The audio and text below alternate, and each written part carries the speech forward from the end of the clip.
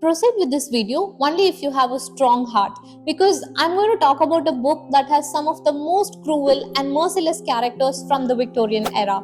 As I mentioned earlier, I love reading books from this period because people back then were happy hunting, playing pianos, and appreciating art. But this book, it's so gothic that even the dead characters can't rest in peace. Honestly, I'm not actually sure if I enjoyed reading this book, but there was some mysterious force that kept me turning the pages, dragging me through all the drama and trauma. Without further ado, let me tell you the gist of the book Wuthering Heights by Emily Bronte.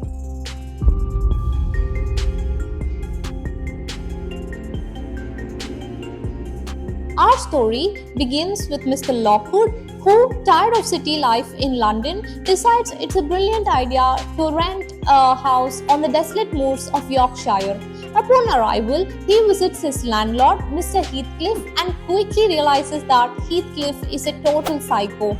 In addition to that, he meets two more characters in the house, Wuthering Heights, that is, a beautiful woman and an uncivilized man who also treat him badly. Frustrated, Mr. Lockwood returns back to his rented house and, curious about the inhabitants of Wuthering Heights, asks his servant Nellie Dean what's wrong with the family in that house. And the rest of the story is the flashback narration of Nellie Dean. There are two families in Yorkshire, the Earnshaws and the Lintons. The Earnshaws have two children, Hindley and Catherine, while the Lintons have Edgar and Isabella. Now, life is pretty normal and peaceful until one day Mr. Earnshaw brings home a little black-haired boy from who knows where, names him Heathcliff, and decides to raise him as his own. This sparks jealousy in his already toxic son Hindley, who grows up hating and bullying Heathcliff. Meanwhile, Catherine loves Heathcliff more than anything in the world, and they share a deep bond together. Now, this isn't the typical Victorian romance of dancing in balls and playing pianos together. The love between Heathcliff and Catherine is so destructive that it could ruin generations of happiness. The author of the book, Emily Bronte, shows no mercy in eliminating characters, frequently using illness to do so. Unknown fevers wipe out Mr. and Mrs. Earnshaw and Mr. and Mrs. Linton. After their deaths, Hindley turns into a nightmare and treats Heathcliff like dirt.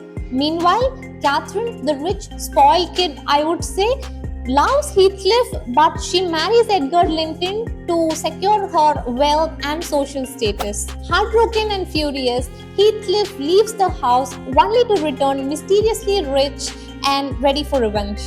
Heathcliff manipulates and marries Isabella Linton and torments her after their wedding. There are bizarre chapters where Heathcliff visits Catherine's house and has meals with the Lintons. It is very uncanny to read about a man who dines with his ex and her husband. Heathcliff makes it his life's mission to destroy everyone, including the children of all the characters. Does Heathcliff succeed in his mission or not is the rest of the story.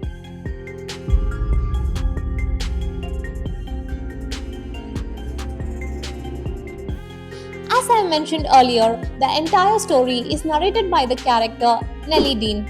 This means that our opinions of the characters are often shaped by her perspective. Not only that, we also have to wonder if she's really telling the truth. According to her narration, she thinks that Heathcliff is the worst character, but trust me, if you read the book, you will know that almost all the characters show their nasty sides. And this novel, it's super gothic. There are events which includes physical and mental abuse that made me really angry while reading. The characters are such psychopaths that they abuse young children and they even dig up dead bodies. So there were times I had to put the book, take some rest, and then resume it later. Also, I didn't know if it was just an Indian problem or my problem, that there were so many words that I didn't understand, and I had to frequently use my dictionary to check the words. This made me tired, and it took me a lot of time to complete this book. To those who have already read this book and watching this review, don't judge me. After a certain point, I fell in love with the book I was particularly amazed by the writing style. So, if you're a person who's into toxic relationships and families, then this book is for you. Also, I know many of you either love or hate this book. So, let me know in the comments what you felt after reading the book. Thank you.